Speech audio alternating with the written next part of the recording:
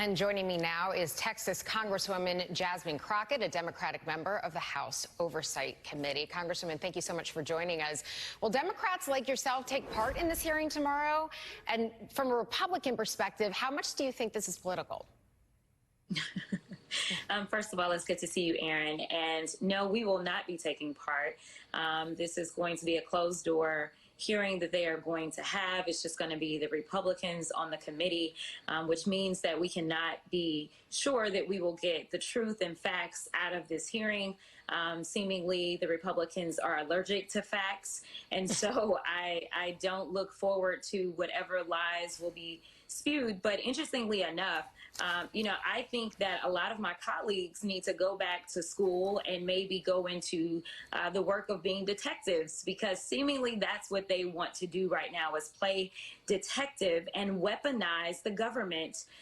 This is the party of projection. They continually say that that's what the Democrats have done with these indictments of Trump, not recognizing that, number one, these indictments have come not only from the federal level, but also the state level in multiple states, in addition to the fact that to weaponize the government means to misuse the government, say, for political purposes, as your question insinuated. And that's all this is political. And they don't want to focus on the problem known as Trump, who is their front runner for the presidency. And Congresswoman, I want to get your reaction to the new charges against Donald Trump in the classified documents case. Do you feel Republicans are unmoved by this latest evidence? I think Republican primary voters are unmoved by this latest development. And honestly, it's a problem of their own making, because they have desensitized so many of those Republican primary voters to the idea of reality, to facts. And so we know that what they are thinking is that this is all a hoax. It's kind of like what we saw with COVID-19. They continue to lie to these poor people, and they believe the lies. And I don't know if they recognize that Trump is in real trouble. I have practiced in federal courts, and the last thing that I ever wanted to see was a superseding indictment. In fact, we normally were informed before one may be coming down, and a lot of times it allowed us to just go ahead and enter a plea. They usually are very open about the facts and the evidence that they plan to put on in the superseding indictment. But this is a bad look for Trump. This entire thing was a bad look for him, and I am seeing no good coming out of this. All right, and I want to ask you, one of your colleagues, Democratic Congresswoman Becca Balint, is pushing to censor Republican Marjorie Taylor Greene for dozens of controversial comments as well as actions. The list of roughly 40 grievances includes her showing that graphic image or graphic images of Hunter Biden during a hearing and being sympathetic towards insurrectionists. Should MTG face censure by the House, and would it have your vote? Oh, it would absolutely have my vote. Censure would be the least of her worries. Honestly, I still don't understand how this woman sits in the chamber.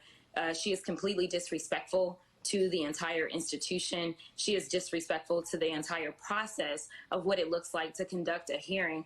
I actually was sitting not far from her when she pulled that out, and I was in utter and complete shock. In fact, the majority of us were, but seemingly the majority wasn't in shock, because the chairman decided to give her extra time. She continued to go over and over and over.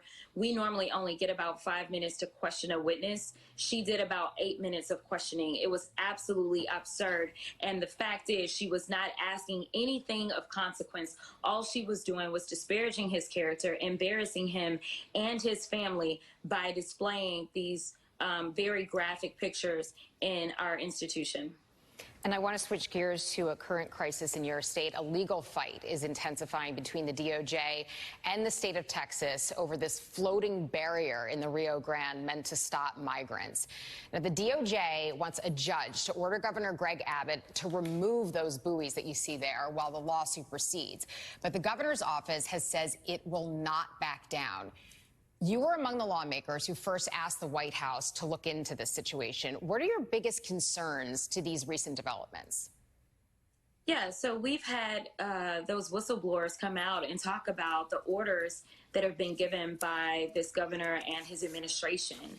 they decide that they can just break the law whenever they want to. I want people to understand that the Republican Party is not the party of law and order, but instead is the party of lawlessness, and they anticipate and expect that they will never ever have to pay any consequences. This is inhumane, period. And we are not given a pass to violate the law and commit crimes simply because someone is not a citizen. And honestly, you're talking about what the DOJ is asking of the governor. I'm looking for somebody to investigate him criminally, because the idea that he was ordering people to actually push migrants as well as children back into the water, the idea that people could suffer death, if we were to do this under any other circumstances, it would absolutely start a criminal investigation. What the governor of Texas is doing under no uncertain circumstances is criminal. Okay, and on to another issue that's making headlines coming out of Texas. We're still awaiting a judge's ruling more than a week after Texas women who were denied abortions testified in court. I want you to take a listen to some of that emotional testimony. I don't feel safe to have children in Texas anymore. I know that it was very clear that my health didn't really matter, but my daughter's health didn't really matter. My parents and Josh's parents flew in from Indiana because they were afraid that it might be the last time they'd see me. And Congresswoman, these are actual people sharing horrifying details about personal tragedies. What impact could this have? I wish we were living in normal times where elected officials cared. If we weren't on air, I would use a different term right now. Real lives are being affected. And we know that women are losing their lives and or coming close to losing their lives.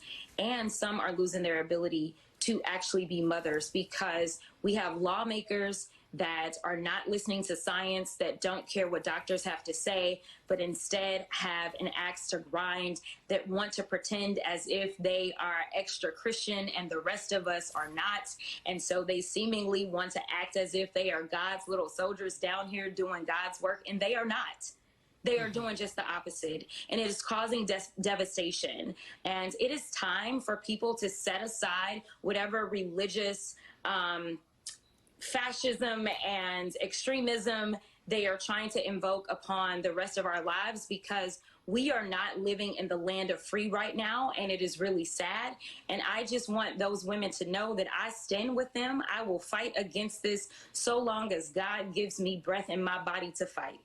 Okay, Congresswoman, a lot on your plate right now. Thank you so much for joining us.